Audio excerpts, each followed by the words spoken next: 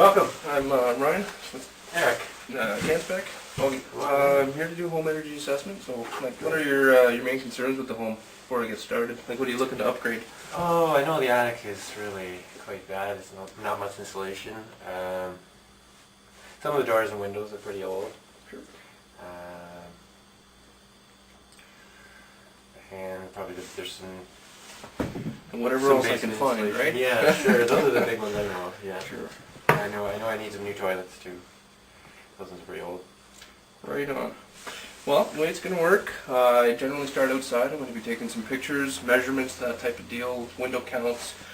It's pretty straightforward outside. Okay. And then I'll grab my gear and I'll come back in.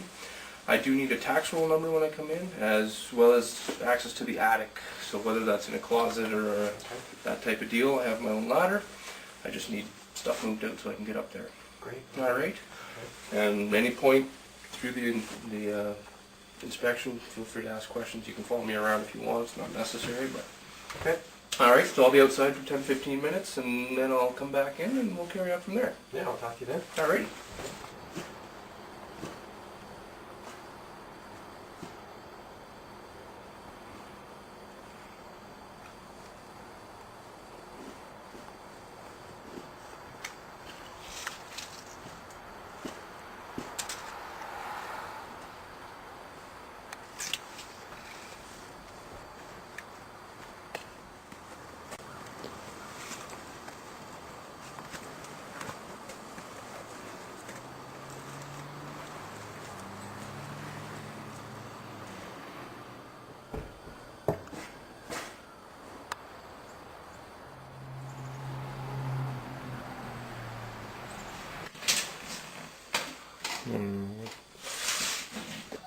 Well, I usually start in the basement, but this just caught my eye, so I started here.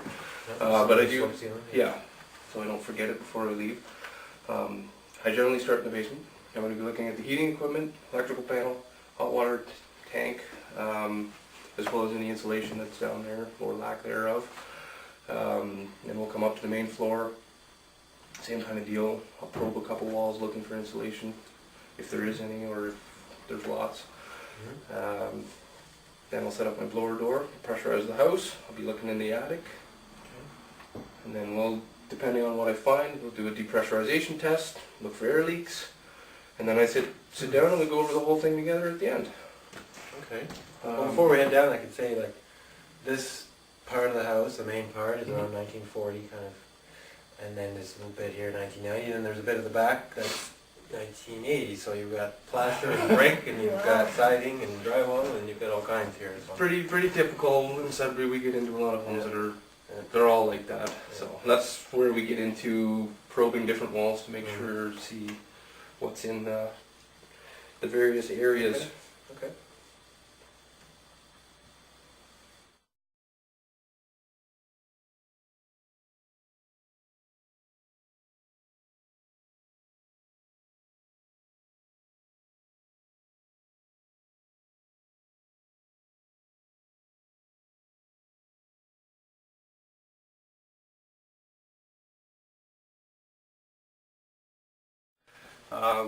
So you do have an electric hot water heater. Unfortunately, there is no grant for electric appliances, but if you are interested in changing to gas, we do always recommend going with the instantaneous water heaters. Now, this big guy here, you're keeping 40 gallons of water hot all the time. When you're sleeping, when you're at work, that kind of deal. So it's costing you money just sitting there. Yeah. The instantaneous ones, you can rent them, even as rentals. They do apply for the grant. You're going to get $500 to put one of these in. Even as a rental? Even as a rental, they apply. You can rent them through pretty much anybody in Sudbury right now. Even the Sudbury Utilities, Union Gas, Reliance, they all rent them. Now we are looking at the toilets into place. There is grant money to change these old higher flow toilets into low flow, 6 liter or less. Toilets. There's $100 per unit. Now this one's probably using somewhere around 20 liters of water per flush. So you have to take that into consideration on your water bill as well as Mother Nature's. Yep. Going down to something that is a dual flush, even 3 to 6 liter. There are toilets on the market that only use 1 liter of water per flush. 1 liter. They have air injection pumps, everything else on them. It's pretty much like riding an airplane. It is yeah, down, it's gone. Wow. They are much more expensive. Yeah. But Well, replacing this will pay off pretty quick, I'm sure, the water bill. you're going to get $100 from the government. Yeah. Plus, you're going to save huge on your water bill. Yeah. Absolutely. So there won't be so much going out to Brady Street.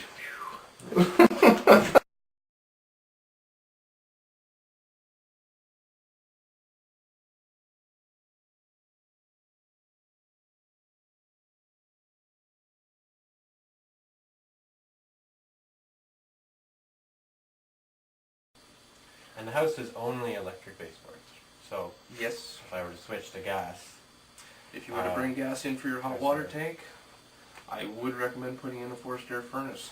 Your basement's wide open, so ample opportunity to run ductwork, that type of deal. Now, your saving cost generally is going to be about 3 to 1 from electricity to natural gas. That's the same amount of that heat is for high the same efficiency. amount of heat. Wow. Now that is at today's costs, and that's something one of our energy advisors has, done the math on himself. So I mean, don't particularly quote, but I can't see it Right. changing that much over the next couple of years.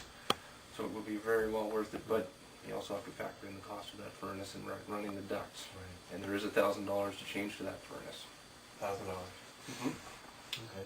As long as it's 92% efficiency and it has a DC variable speed motor, which most of them do now. It's pretty hard to find one without. There is money to change those out. Yeah. They will give you $60 to put in at least 5 electronic ones. Okay. Theory behind the electronic ones, you program them to go cooler when you're not here, when you're sleeping, that type of deal, and have them come back up Yeah.